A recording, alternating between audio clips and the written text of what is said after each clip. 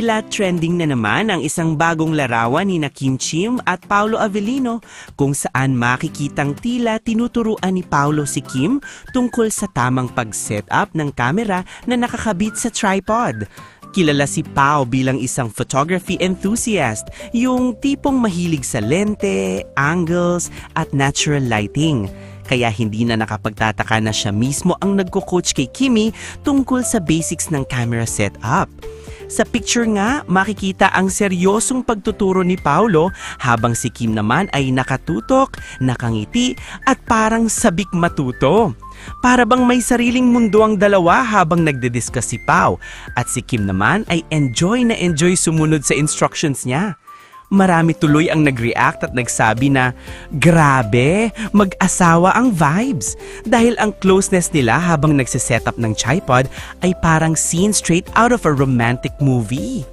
Samantala, dagdag kilig pa ang isang post ni Kim Chiu kung saan ibinahagi niya ang throwback photo mula sa coffee date nila ni Paolo habang nasa UK sila. Sa larawan, 2 drinks ang bitbit ni Kim. Isang clear clue na may kasamang special someone. At syempre ang mga fans, mabilis pa sa kidlat nilagsabing para kay Paolo ang isa. Ang cute pa ng vibe ng photo dahil halatang casual, relaxed at very couple-like ang dating ng moment.